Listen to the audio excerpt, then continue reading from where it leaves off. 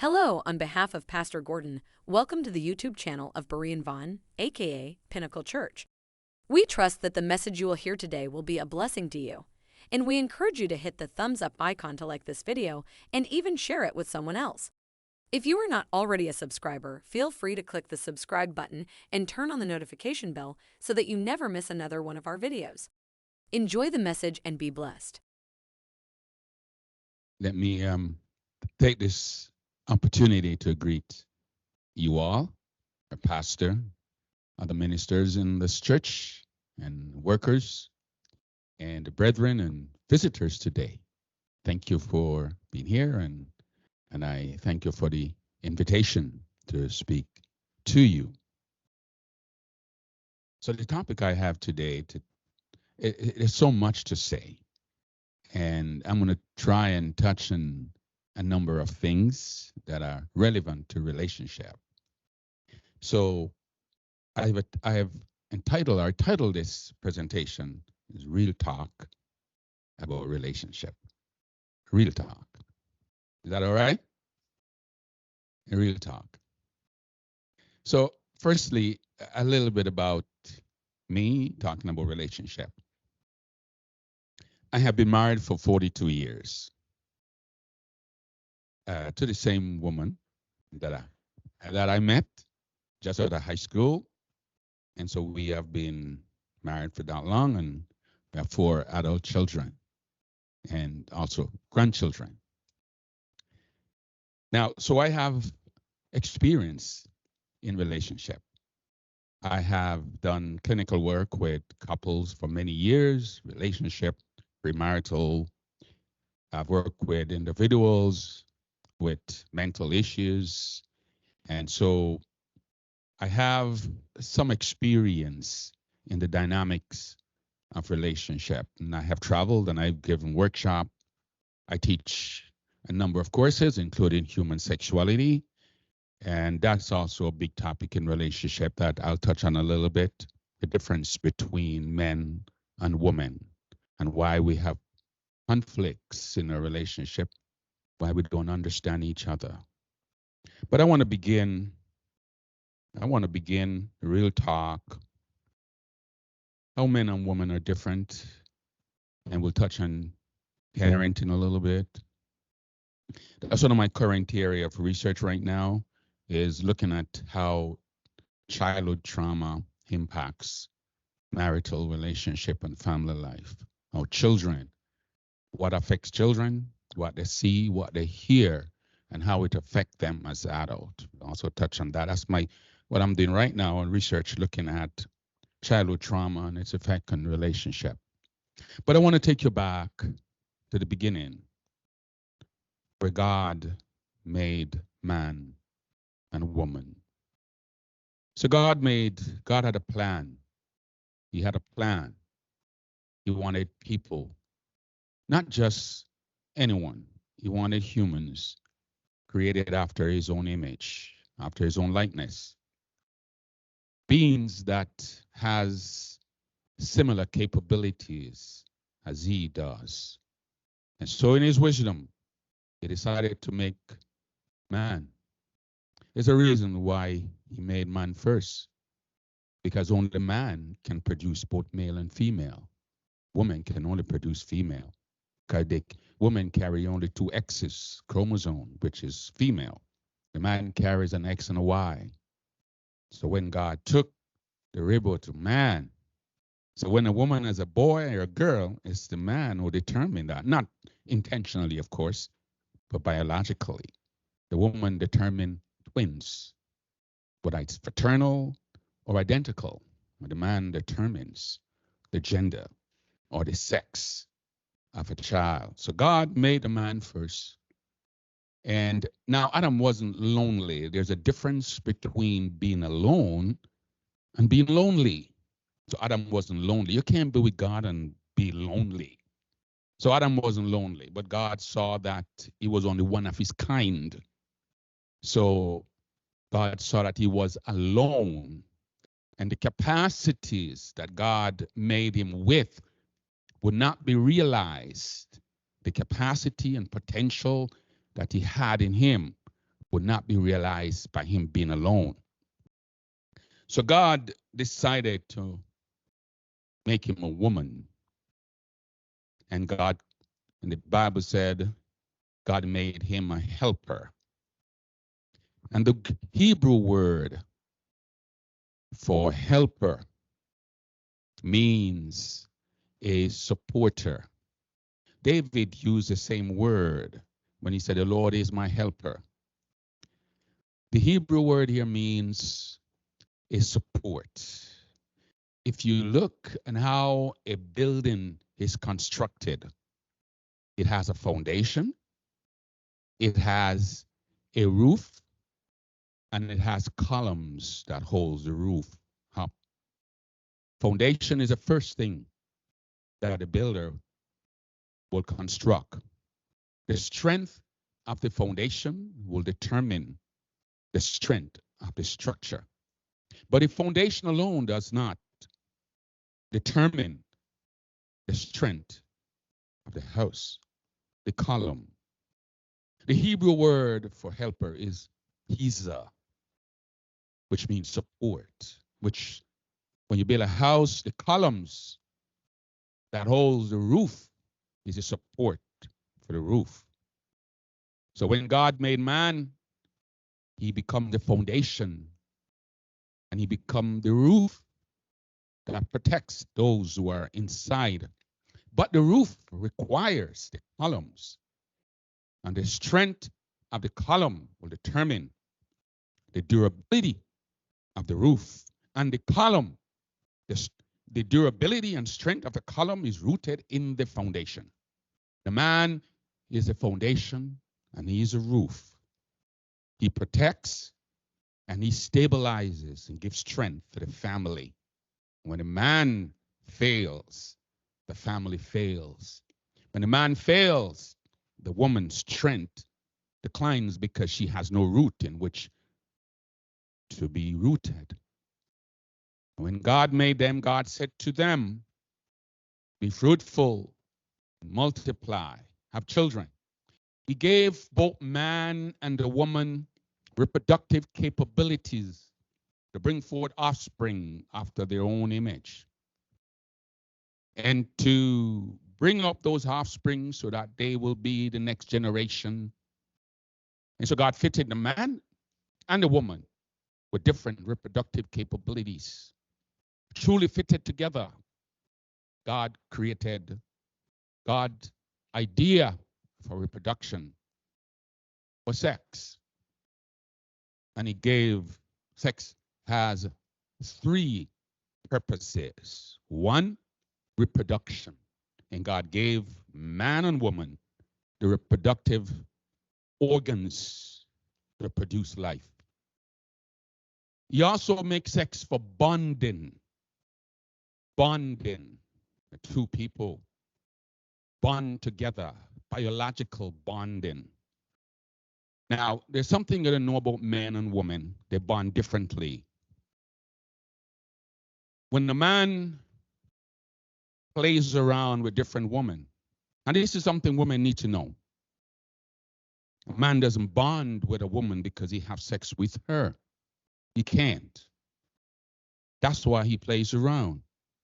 The woman will bond with the man that she goes to bed with, but the man doesn't bond with her. A man who is not committed to a woman cannot bond with that woman. And I'll let you know why. And why the Bible says a man shall leave his father and mother and cleave to his wife, and they shall become one. So sex is for bonding, and I'm going to explain that. It's for reproduction, and it's for pleasure. And God gave the reproductive organs for pleasure, for reproduction, and for bonding. Now, how does a woman bond? Biologically, she has hormones, and this specific hormone is called oxytocin. It has many roles. It produces milk when she gives birth. It helps in contraction when she's going to give birth.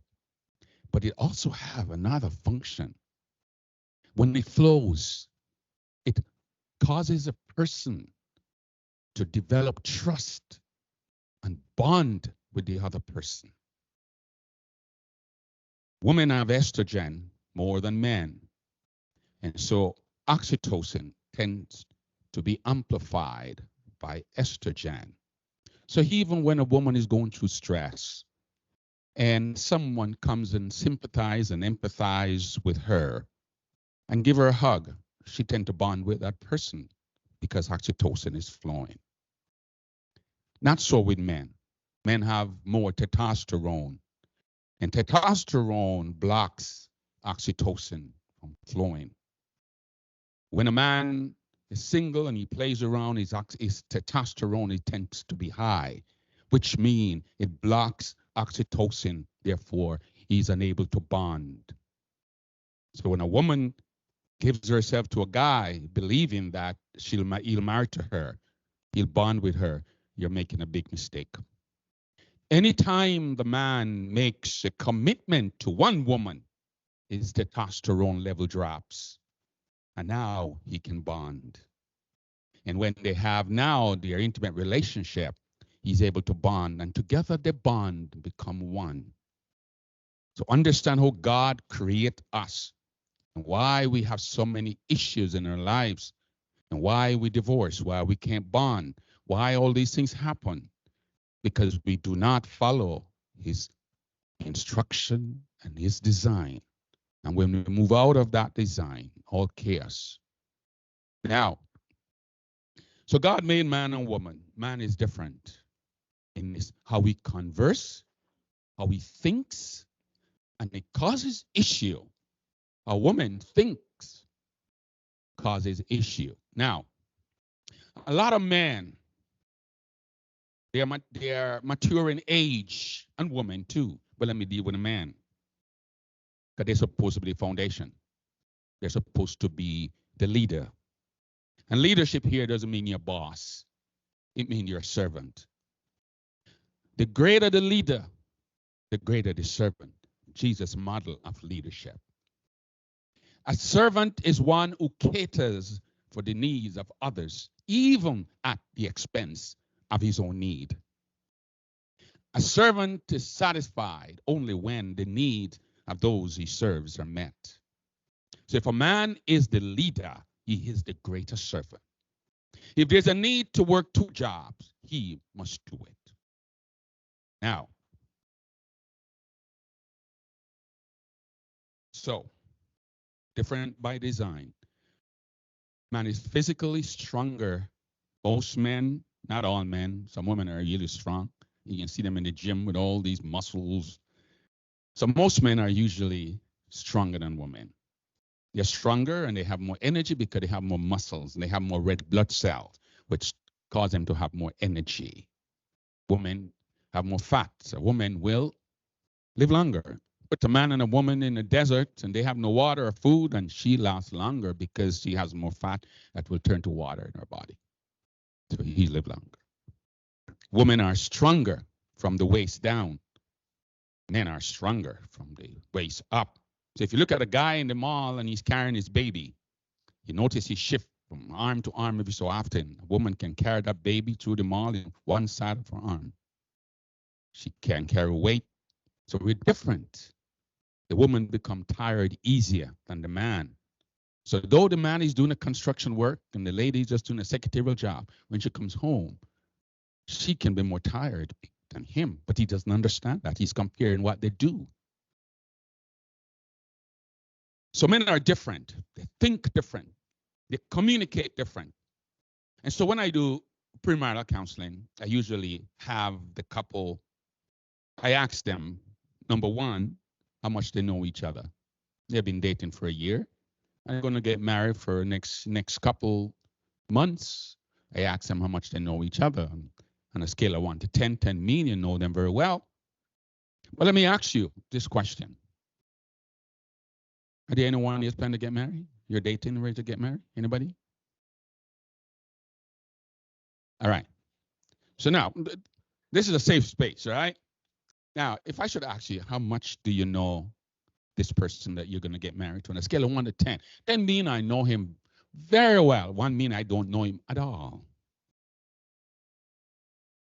You know, my 8. What about him that you know at 8?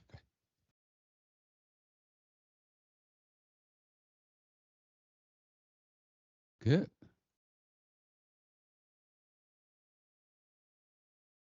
Awesome. Yeah. Okay. Awesome. Now, is there any time, any moment after time, do you ever know what he is thinking without him telling you? You can know what is in his thought without him telling you. You can read his thoughts without him sharing what he's thinking.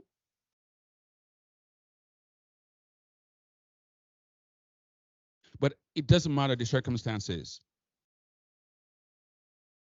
Right. You can never know what a person's thoughts are unless they honestly share it with you. And the most part of her life is lived on the inside of her thoughts.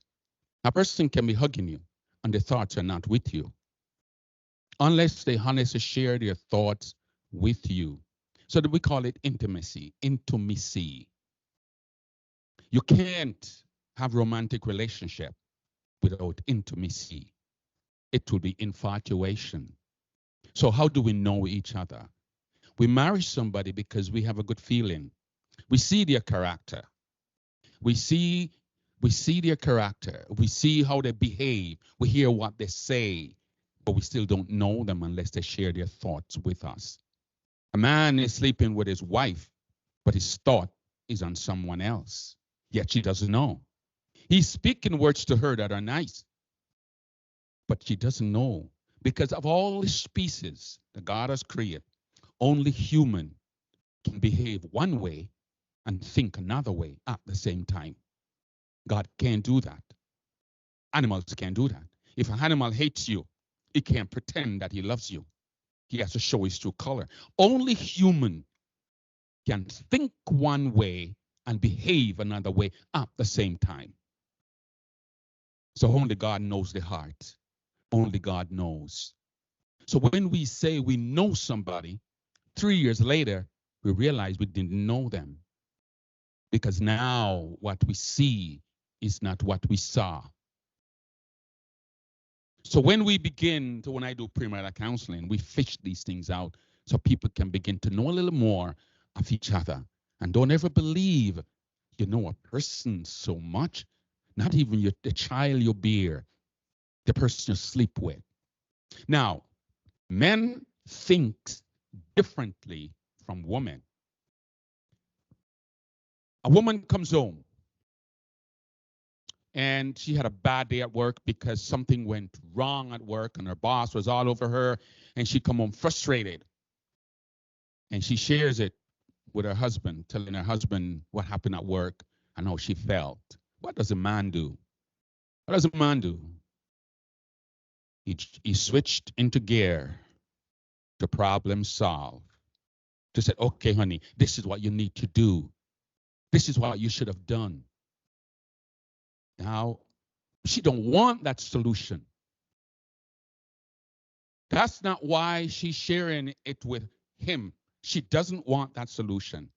But the man misses that because he is a problem solver. The first thing he does is think of how to solve this problem. And the problem that he's trying to solve is not the problem that she wants him to solve. She wants him to validate her feelings. You see, the problem for her is what the problem at work creates in her. The feeling that she is experiencing is a real problem, but he misses that. And so she says, you don't understand me. And most of us men, I had the same problem in my early years of marriage. I just couldn't understand. We just couldn't communicate. And so you know what we did? My wife said we could see a counselor. And we did. But when we went to the counselor, it was a female, and she took her side. So we turned to Gary Smalley. Anybody know Gary Smalley? Ever heard of Gary Smalley? Before he died, he had a lot of tapes and Stop. So me and my wife will listen to the tape and communication every night together until we begin to understand each other. So it's okay to get help when you get stuck because we're a unique person. The man is unique and you are unique. You're one of a kind. There's nobody else like you. You were shaped differently. The family of origin that you came from, they shape you differently. The mom and the dad, your genetic, the environment in which you're raised. You were raised with 3, 4 siblings. You're all different, unique. And that unique person who doesn't even know themselves join with another unique person who doesn't know themselves. And they think they're so much in love and they understand each other. And then 2 years later, they're divorcing. So you see that. Now the man thinks differently. He approached the problem differently. The problem solved. Now, now conflict is good. It must occur. If you're living with somebody and you have no conflict, then something terrible has gone wrong. How can two unique persons live together and don't disagree? You must disagree. So conflict is not the problem. It's a solution. It's a management. So here's an example of why men and women have conflict and they can't solve it. So imagine with me, you're sitting at a table and your partner is sitting on the opposite side of the table. And in the middle of the table, there's a number. Let's say a number where you're concerned. What you're seeing is a number 6. What is your partner seeing on the other side? Seeing a 9.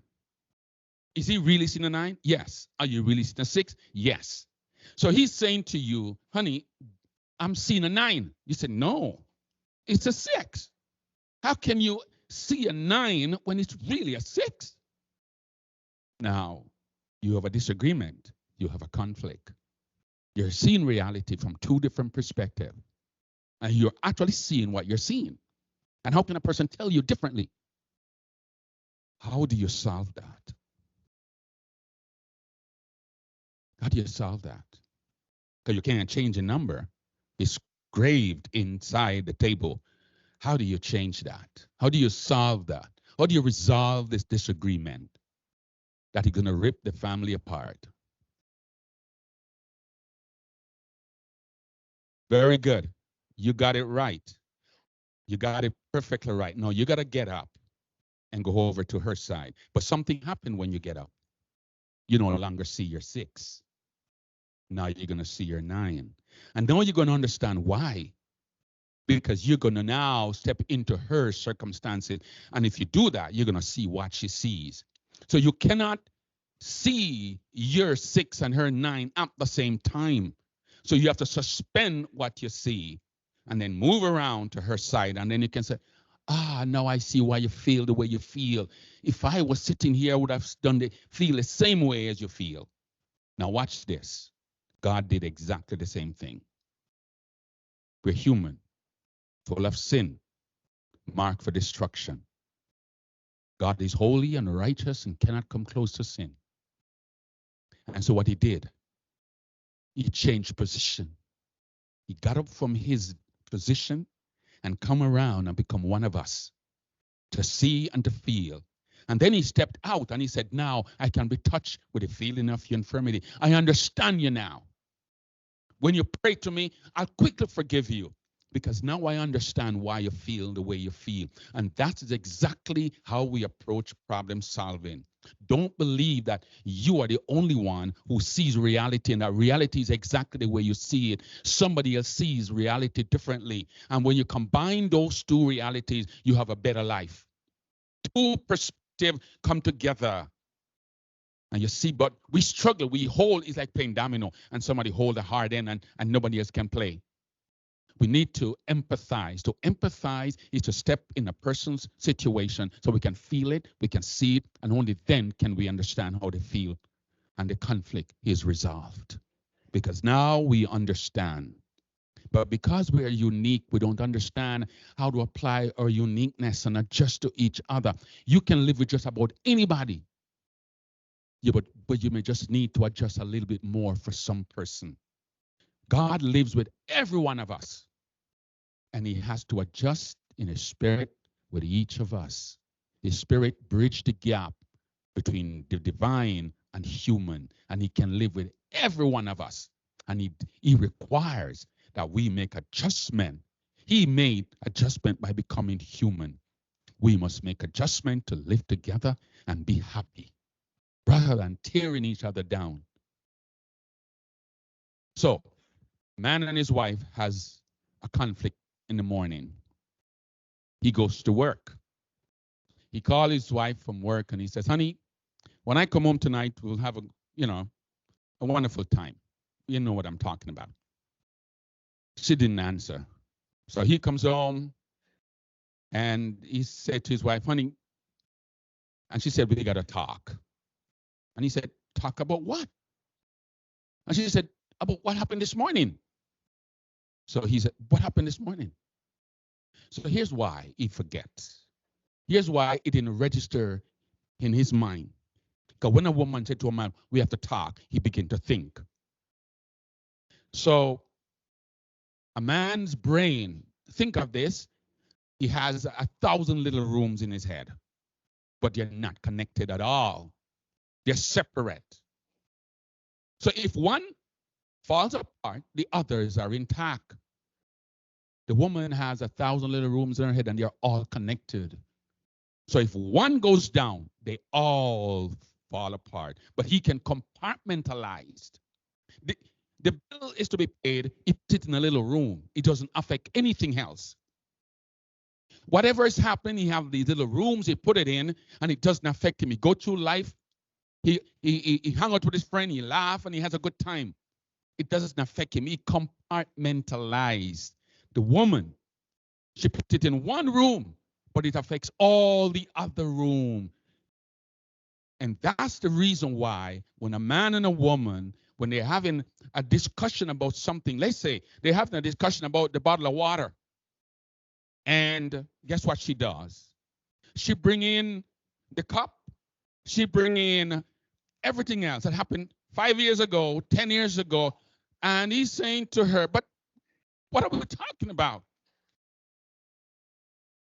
You know why she brings it up? Because they were never resolved. They were pushed under, but he compartmentalized, but she can't. And so she keep bringing it up because it's never resolved. And this is an opportunity for her to bring it up again. And so it creates, and so the man shuts down.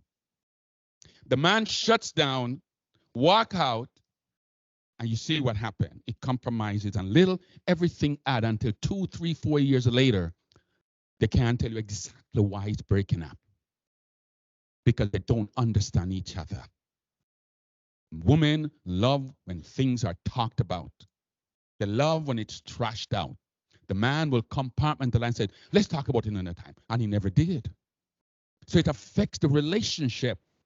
We're different by design, but we must learn to understand each other.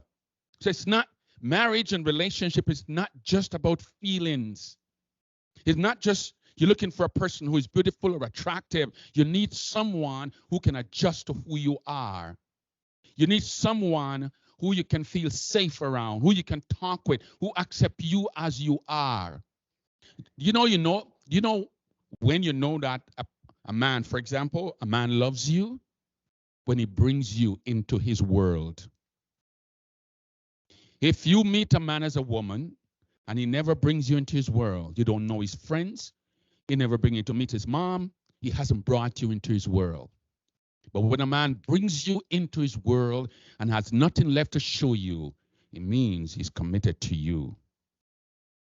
And he will respect your boundaries. Now, every man, or most men, in fact, I have in some of my clients, a Christian girl will say to me, after she's married, of course, she said to me, while we were dating, he never want to touch me or to kiss me. Now, I don't condone sex before marriage, but hear me out.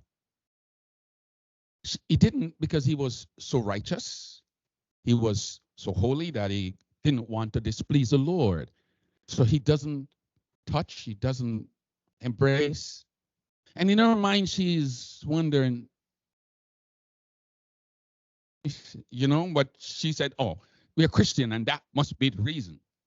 Now listen, when you meet someone that you're attracted to, you're going to have feelings. The feelings are natural. They're God-given. You have to set boundaries now. You're going to be tempted. You're going to be tempted to do what you don't want to do. And that's normal. If those feelings are not there, something's wrong. You just have to now set boundaries and say, okay, this is where we go and we don't go beyond this because of who we are. But if no feelings are there and it's all, let's pray, let's read the Bible, and there's nothing like that. And so she got married, later on realizing that it wasn't just before marriage. After marriage, there was no feeling because this man was gay, yet he was in church. And that can happen. So even though if there is no feelings, then you have to be careful. You can't believe God sent this man as an angel. There are no men who are angel. We're a human being and we have feelings and we have to control those feelings. And together we set our boundaries. So that's important. So now there are men and there are women too who never learn. They grow up and they have an adult body, but they're not mature. Young girls were never taught how to respect their brothers or their fathers. And so they grew up to be women. And one of the weaknesses of men, maybe most men, when a woman does not respect, and the Bible says a woman must respect her husband. What?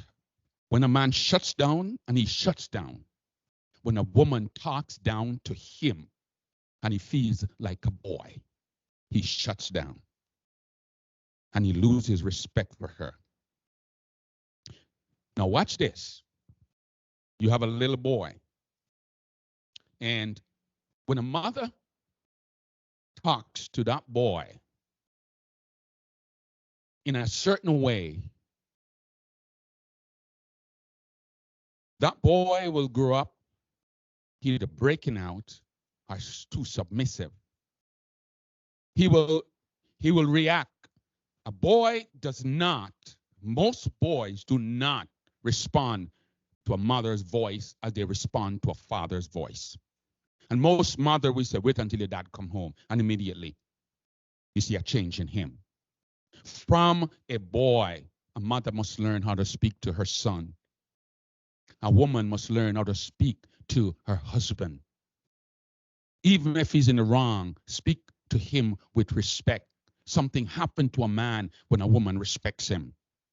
He will go the mile for a woman who respects him.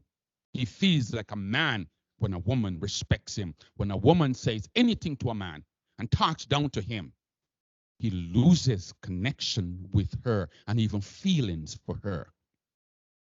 Now, the Bible says, and some men grow up to be men and they're still boys. They don't know how to treat a woman.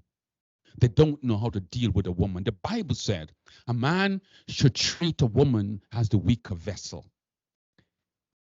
The weaker there, the word weaker there does not mean, yes, women are physically weaker than most men, but weaker does not mean inferior. In your home, ladies, you have different vessels.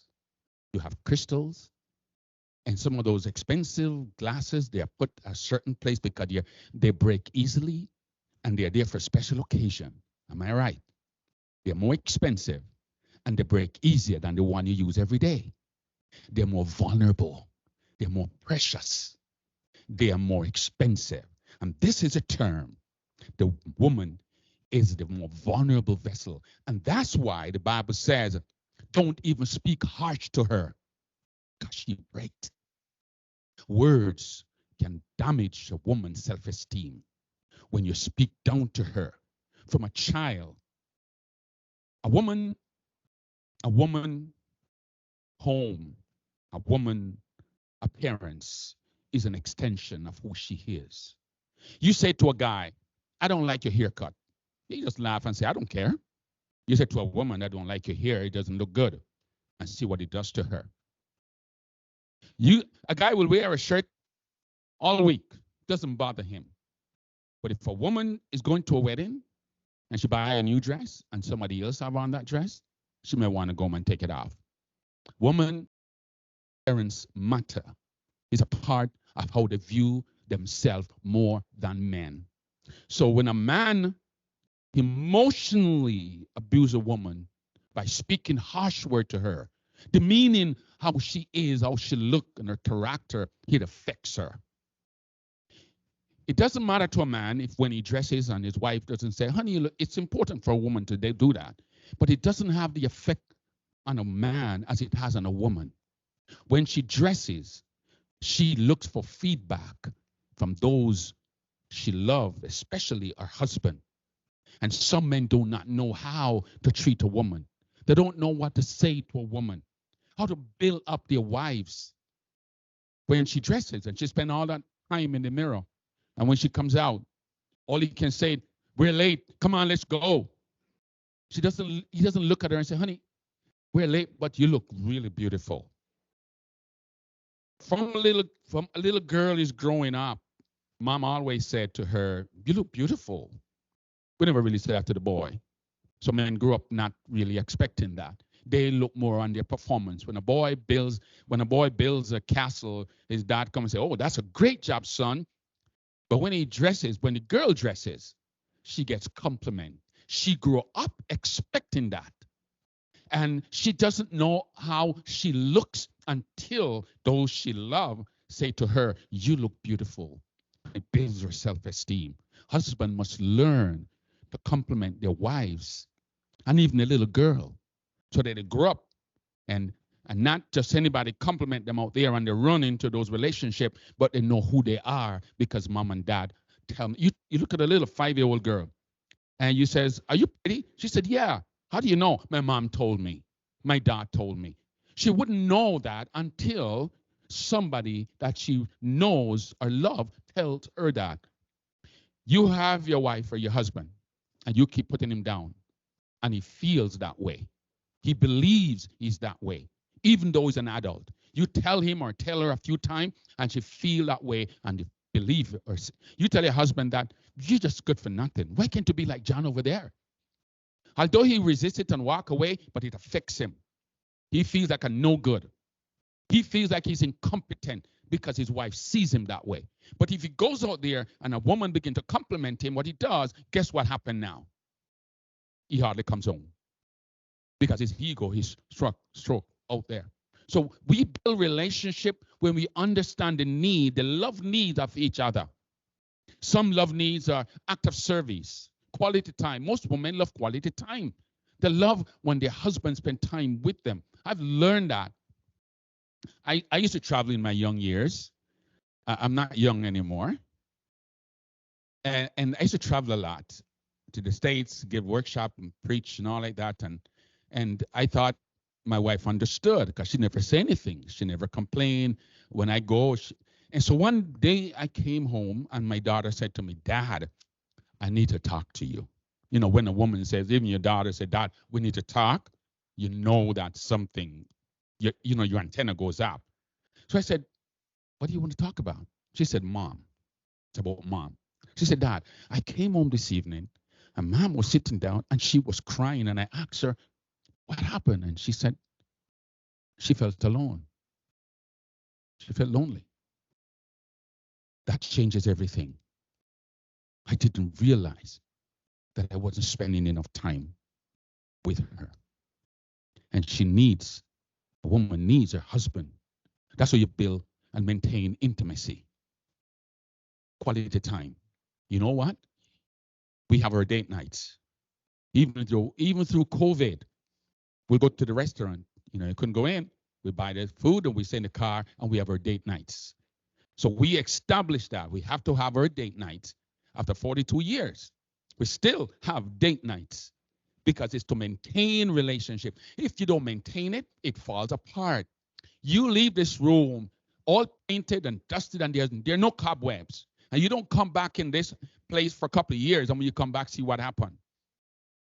So Relationship must be maintained, and you maintain that by spending quality time with each other, by having date nights, by having communication, by talking about the things that matters, by making decisions together, by having chat that you work on together. That's what make marriage work.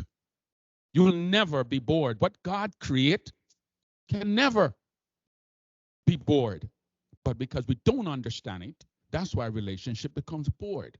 Now, for those of you who may be dating, here's what I'm going to say to you. How many time I have left, sir? All right. Here's what I'm going to say to you. I do not believe, doesn't matter what age you're at, that a person should date unless they're ready for marriage. Why are you dating? Why? Doesn't matter your age. Why would you be dating, going out with somebody of the opposite sex if you're not ready for marriage? If marriage is not on your mind, why are you dating?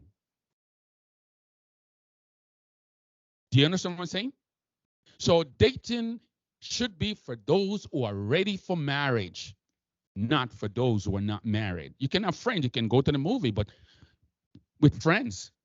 But dating is reserved, even if you're 40 years old, and you're a woman, you're going with a guy, and you're dating, and you're going to the movie, you're going for dinner. Why are you doing that? You're not going to marry him. Now, another thing again, and this is for both male and female. If you have your husband or your expected husband, and he says to you, Mary is my best friend, tell him, I should be your best friend. You got to drop that Mary best friend situation. You know why? A man cannot have a woman who is his best friend without having feelings for her. That's a recipe for disaster. I've looked at the research. They have done research on thousands of men who have women as best friend. And they asked them, do you have feelings? It doesn't mean he's going to impose it, but he's vulnerable. And they asked his men, do you have feelings for these women who are best friend? And almost 100 of them says yes. Now, women can have men who are their best friend without having feelings for them. But here's a catch. If a man imposes himself on her, it's hard for her to say no. You know why? I'll show you. I'll give you an example. So, you are thirsty. You are thirsty. I give you a bottle of water. You are indebted to me for life. Just a bottle of water. Wherever I am in the world and you are there and I have a need, you're going to try. Because of that, you become obligated to the person who helps you. Even if you are a perfect stranger and you sit together and let's say you want to make a call and you forget your phone and he says, borrow my phone. By his act of kindness, make you obligated. It doesn't mean if he said, let's go, do something, you're going to do it. But you feel obligated if he has any need to help him if you can. Act of kindness. And that's how attraction begins. If you meet somebody and they don't meet that need, it's difficult for you to be attracted to them. If you meet somebody and you smile at them, it's a reward. A smile at a person is a reward. And they frown at you, you'll never smile at them again. They just punish you. But if they smile back at you again, anytime you see them, you're going to smile. You see, attraction is defined as a person who feels rewarded for being in the presence of another. Anytime you feel rewarded for being in a person's presence, you become a friend, you become obligated to them. You're the one. If they say, hey, let's go have coffee, you will go because of that one act of kindness. So it's important to understand how relationship is built and how relationship is broken. So even though after 42 years, every time we're going to church and my wife dress, I have to give her a compliment. I don't give her because I want her to feel good. I'm giving her because she looks good. And I want her to know that. And every time I do that, she feels good and her relationship deepens. So it's important. Reward. So when a person does something kind to you, business people thrive on this. Business people understand this strategy. I buy my car at a particular dealer, and I will never go to another dealer ever, even though it's expensive to even change my oil. But because of their treatment to me, if I go to change my oil and I have to go somewhere and I say, look, I need a car and I need a new car to drive, I'm going to get a new car to drive. Why? And so why would I go somewhere and if I said, it's a little bit too high, they will say, okay, we will see what we can do. Why would I have everything that I need there. Why would I go somewhere else? I feel obligated to them, even in the business world. If somebody comes to your church, here's a strategy. If someone comes to your church, and at the end of the church, you said, hey, don't leave. We have a snack at the back for you. They'll come back. It's not because of the sermon. It's because of how you make them feel. They're more likely to come back. They feel obligated now. You invite them back. Now, sometimes churches, if you want your church to grow and people to feel good coming back, you give them something to remember you by. Sometimes it's not the sermon that wins people. It's how they feel. It's just that warm word of how you feel. I am an introvert. Don't seem like that, but I'm an introvert, which means that I don't do well in crowd, and I'll pass people and don't see them. But I'm a pastor, and I do that sometimes. And I'll pass, and I learned this. If anybody has passed people and don't say hi, if the pastor does it, it affects them. One sister came up to me and she said, Pastor, what have I done you? I said, nothing. You passed me 3 times and looked at me and didn't say hi. I said, I'm so sorry. I kind of in my head. So I have to adjust myself. Because people need to feel good around you. And even though we have a certain personality, we have to adjust it because people need to feel rewarded for being in our presence. And that's what wins people. So your spouse, your children always need to feel rewarded, and you build and maintain relationship. So if you're dating with somebody and you feel that you love them, you make sure that they feel safe and rewarded for being in your presence. Some people have some beautiful smile and don't realize that that's a gift they have to smile. They have beautiful teeth and they never smile. Smiling and laughter is social lubricant. It makes people feel comfortable for being just around you. And your spouses and your children, exactly the same thing. Now, I'm going to say this now. I'm doing research on trauma. There are about 5 different types of childhood trauma. 1, sexual abuse. When a child is sexually abused by touching, whether male or female, it can affect them in many ways. It can change their perception of the agenda. It can make them live a life of depression.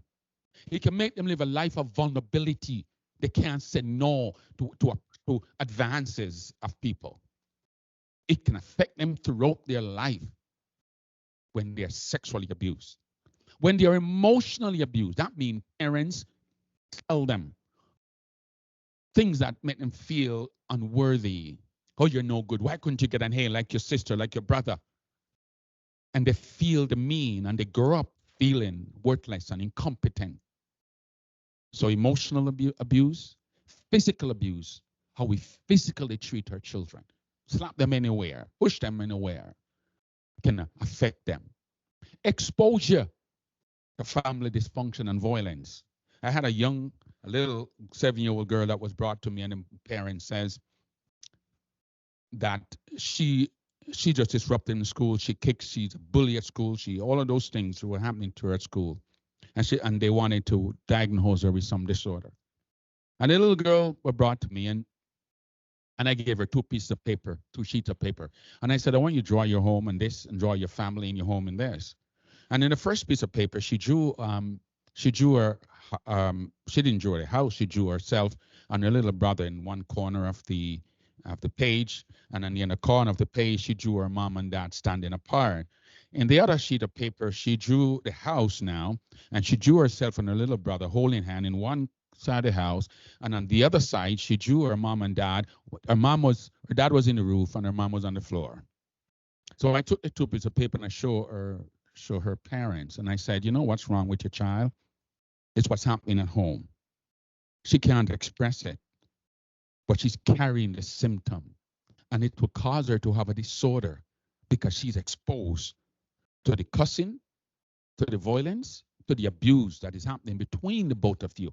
And unless you stop that, this young girl is going to grow up with a mental disorder that will carry her to the rest of her life. When a child, you see, just like how a child learns a language at home, the child learns your language by hearing it, by seeing it, how you speak or you behave, how you speak. The child learns it also and then display it. And when that child gets into a relationship, she carries it over. And now, instead of her, where she's coming from, dysfunctional, she has now one that she's creating dysfunctional, plus her mental state also. So children can be abused in all these ways. And so that's when we give her a little, we grow them up, and now they're in a relationship. The relationship becomes dysfunctional. And maybe the day will come when adults can maybe sue their parents for how they bring them up. Because some parents never learn how to treat their children. They treat their children the way they were treated. And so we create a dysfunctional society. So as Christians, the Bible tells us how to treat our children, how to love them, how to talk with them, because they're God's heritage. They're little people who will become adults and build generation after us. And therefore, we must understand that how we treat our children, what we say to them is going to last forever. Words can hurt. Words shape who we are. I tell you this, when I was younger, I had a speech impediment. I stutter. And when I was about 7 years old, my grandmother brought me to church. And they had a children program, and I had a poem. So I'm going to say my poem. And so when I got up to say my poem, when I said the first line, I got stuck. I was stuttering like crazy. And I hear people laughing. I was a child. I don't know what. I think they're laughing at me.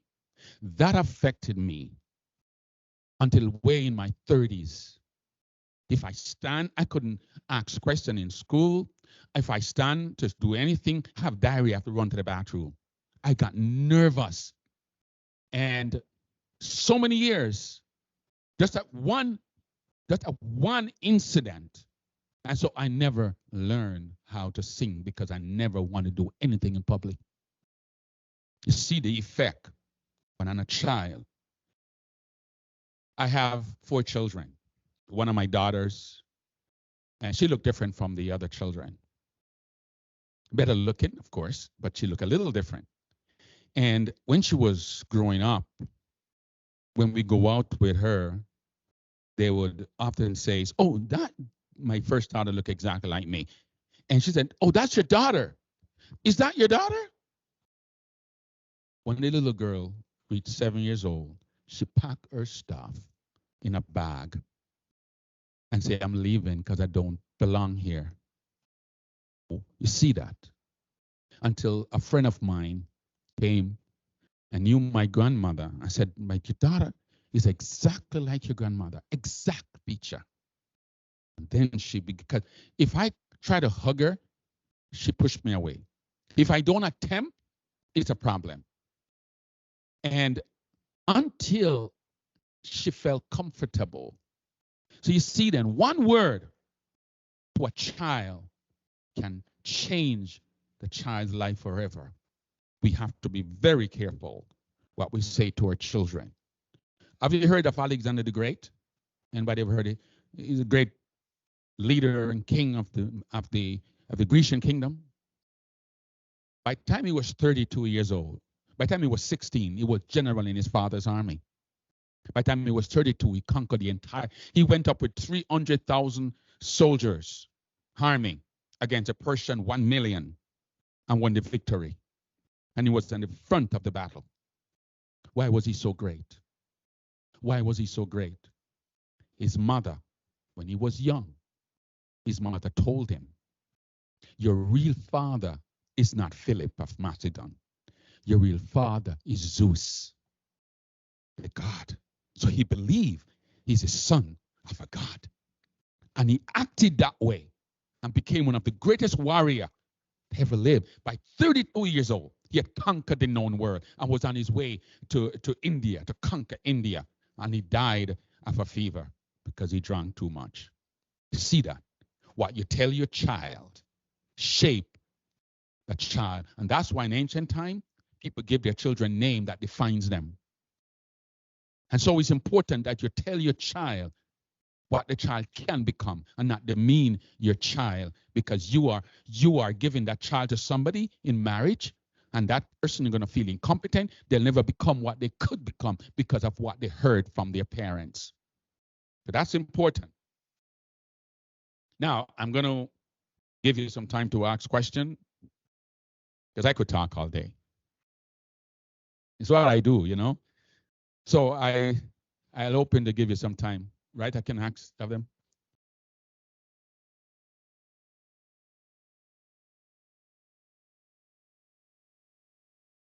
I just give you bits and pieces of a number of things because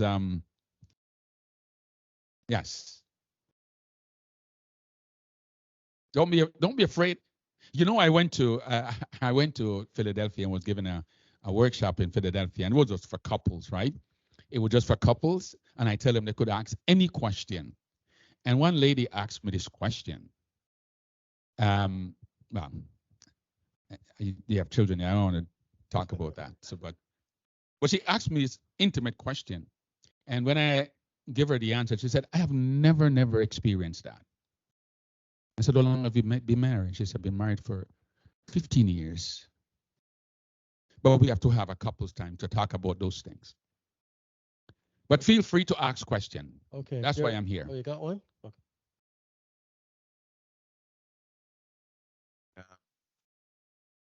Thanks for your presentation and your words of experience and wisdom.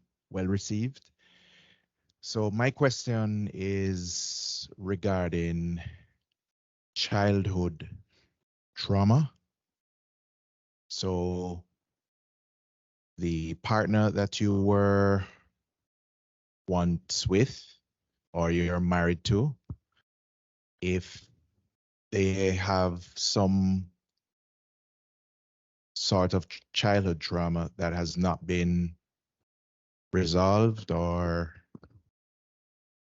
would it be a component that could affect your marriage or your relationship? Yes. Okay. It could definitely affect it. People who have gone through childhood trauma, it affects their, it can affect people differently. It can affect the ability to form intimate relationship, to establish trust. Sometimes it makes them extremely jealous because of the attachment that they may not have had. However, that being said, marital relationship is also a healing environment. It can heal people if the partner understand that this person has gone through a bad situation, and in this relationship, that person can find resolution, heal, and that's what it is. Just like a church.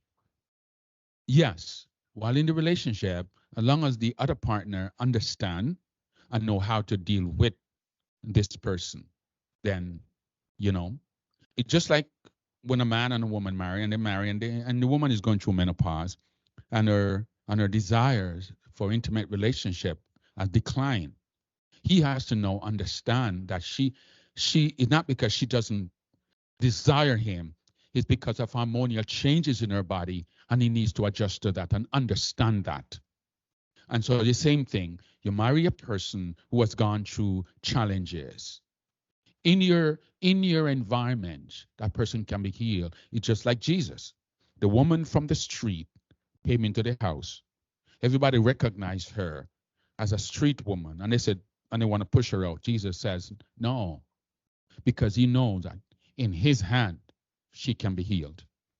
So it doesn't matter what a person has gone through. There may be some challenges, but if you create an environment, that person can be healed and can be so loving. So that's why we all have brokenness in some area of our life, some more than others. But relationship is meant to heal, never to hurt.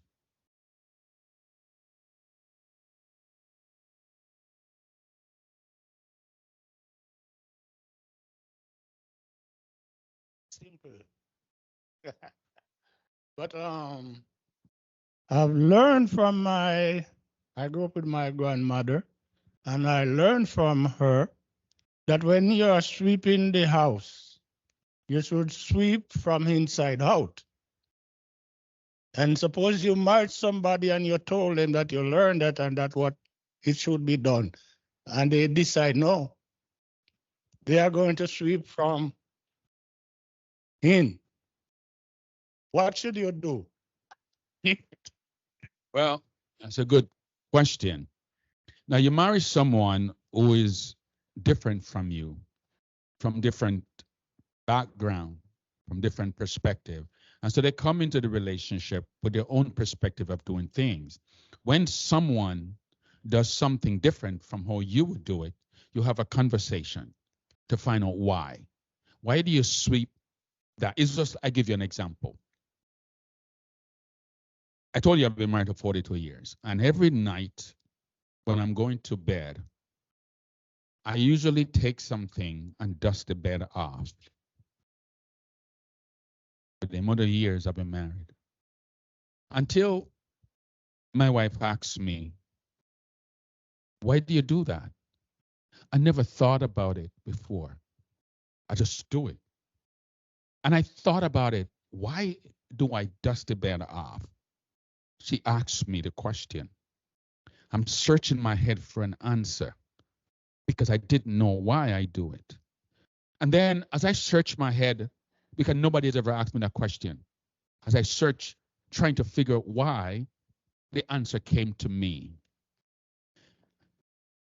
The question triggered a memory that takes me back to my childhood. I remember, and for maybe those of you who come from the country who used to live in board houses, anybody here should come from the country? Or you're all Canadian, you're all born here.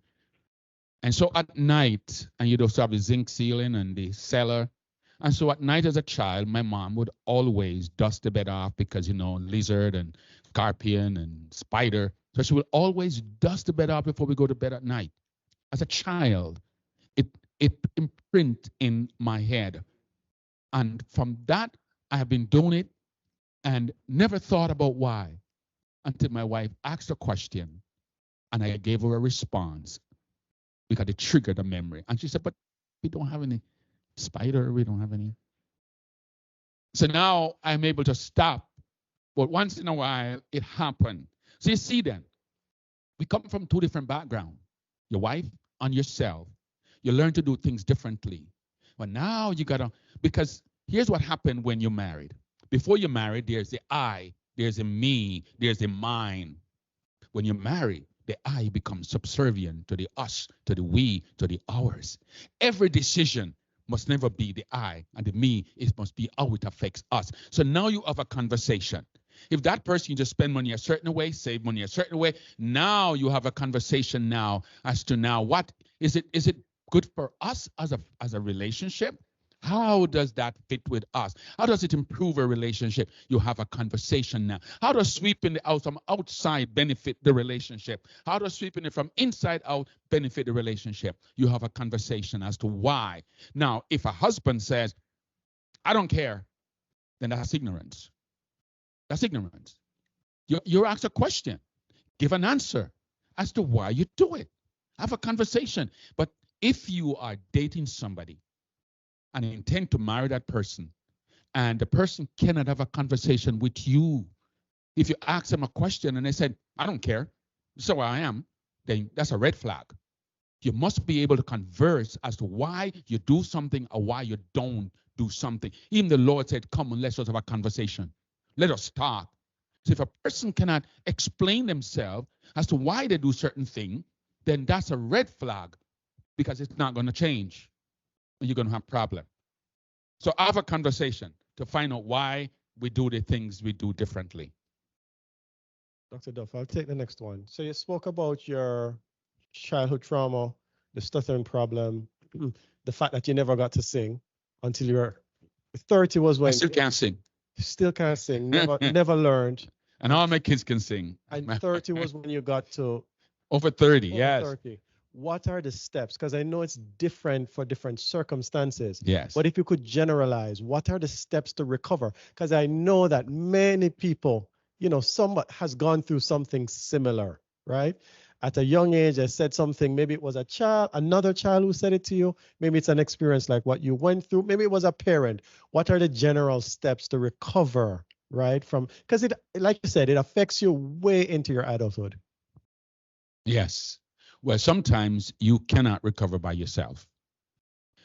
It was a gentleman who came to me, a friend of mine, and he says, because I still stutter, and he said to me, I know how you can get rid of that.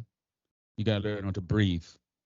And if you can get rid of your stutter, you'll have more confidence in your speech. And so he told me, work on your breathing, because I used to speak really fast because I didn't want to stutter. So you have to get help. Sometimes if you can't solve it by yourself, have somebody, go to a therapist. That's what they're there for. And sit down and share. And they're expert. They can help you to overcome, right? It could be anything. It could be a situation where you're promiscuous because you were abused as a child and it makes you promiscuous. Anything you can recover from anything. That's why we are redeemable. It's all the mind and the body. Once you understand that the way we think was shaped by the past, we can learn to rethink. If that wasn't possible, we wouldn't be converted. And we are converted because of new information from the word that comes into our heart and it changes us. And so new information and application of that information. So the steps is that if you can't do it by yourself, get professional help and you can recover. On that note, so in your case, it sounds like someone took the initiative to see and to say, you know what, I think I can help. Is that what happened? Yes. The person came to you. Yeah. And since we're in a church environment, what are the boundaries? Because, in this age that we live, you can't just go up to people and say, I'm going to help you, right? Yeah. Sometimes you have to be the person, you don't know if the person is going to be receptive, that kind of thing. How would you advise us to approach things? Maybe I've been through something that I see somebody's going through and I want to help them, right? I can help them. Or just like the person who saw you, maybe in that day and age it was different, but nowadays, you really have to be careful because you can get in trouble. True. Well, there are many ways. From a church's perspective, for example, we know that people in a church some come from broken background. And just like what you're doing right now, giving people information across the board, and people who may be having challenges in their relationship, maybe sitting in the audience. And that could be a step, giving people information. The church exists to help people in all their walks of life, whether parenting, relationship, whatever it is, career. The church is here, and this is a step the church take by bringing information to people when you may not know what you're going through, because they may not tell you. But by giving information, people are receiving it, and they walk away knowing, you know what, I need to do this now. So this is also an important step, and it meets more people need than just one. So I find that to be an important step. Any other questions? Yes. I was watching and reading something about stress trauma in kids. So they were talking about when kids like cry and they're not comforted by their parents, it can later affect them as adults. And So I wanted to know your thoughts on sleep training, because I know with sleep training, they said you're to let the child cry. Even if they're crying, you don't go in and comfort them. So then as I was watching this video, I thought about the kids who were like now where their parents sleep train them. So I don't know much about that, but this is what I know about. So let's say there's two mothers. They have two children, just come from the hospital. And one mother decide, I want my child to grow up independent, so I'm not going to respond to the child cry. I'm going to let the child learn to comfort themselves. And the other mother decide, I'm going to respond to my child's cry.